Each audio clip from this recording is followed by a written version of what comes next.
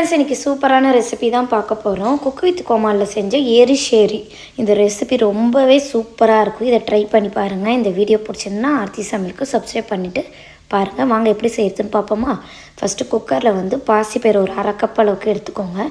எடுத்துமா இதை ஒரு dry roast பண்ணிக்கோங்க. ஒரு 5 நிமிஷம் பண்ணதுக்கப்புறமா இதை நல்லா வாஷ் பண்ணி எடுத்துக்கோங்க. எடுத்ததுக்கப்புறமா ஒரு 4 விசில் வேக வச்சு எடுத்துக்கோங்க. இப்போ பூசணிக்காய் மேலே இருக்க அந்த தோலெல்லாம் நல்லா ரிமூவ் பண்ணி எடுத்துகிட்டு ஃபுல்லாக நல்லா இதை க்ளீன் பண்ணிக்கோங்க. க்ளீன் பண்ணதுக்கப்புறமா இன்னொரு பாத்திரம் வச்சுக்கோங்க. ஒரு பாத்திரம் வச்சதுக்கப்புறமா இப்போ பூசணிக்காவை நம்ம கட் பண்ணி வச்சதை சேர்த்துக்கோங்க. சேர்த்துட்டு ஒரு அரை டீஸ்பூன் அளவுக்கு மஞ்சத்தூள் சேர்த்துக்கோங்க.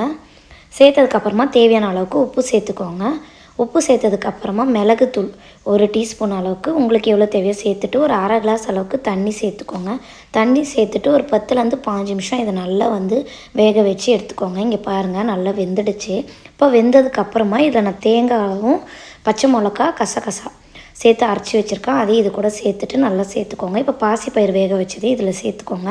சேர்த்துட்டு இதை நல்லா கலந்துக்கோங்க. கலந்துட்டு ஒரு 10 நிமிஷம் நல்லா இதை கொதிக்கட்டும். கொதித்ததுக்கப்புறமா இப்போ தேவைப்படுற அளவுக்கு உப்பு சேர்த்துட்டு ஒரு 5 நிமிஷம் மூடி வைங்க. மூடி வச்சதுக்கப்புறமா கொத்தமல்லி போட்டுக்கோங்க. அதுக்கப்புறம் இன்னொரு தவா வச்சுக்கோங்க. வச்சதுக்கப்புறமா எண்ணெய் சேர்த்துட்டு கடுகு உளுத்தம் பருப்பு போட்டுக்கோங்க.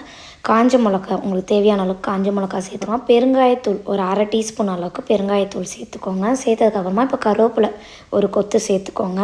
ஒரு கைப்பிடி அளவுக்கு தேங்காய் திருவி வச்சுருக்கேன். அதையும் சேர்த்துட்டு இதை நல்லா ட்ரை ரோஸ்ட்டு பண்ணுங்கள்.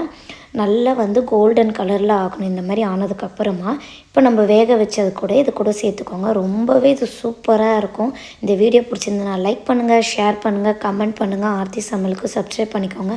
தேங்க்யூ, பாய்.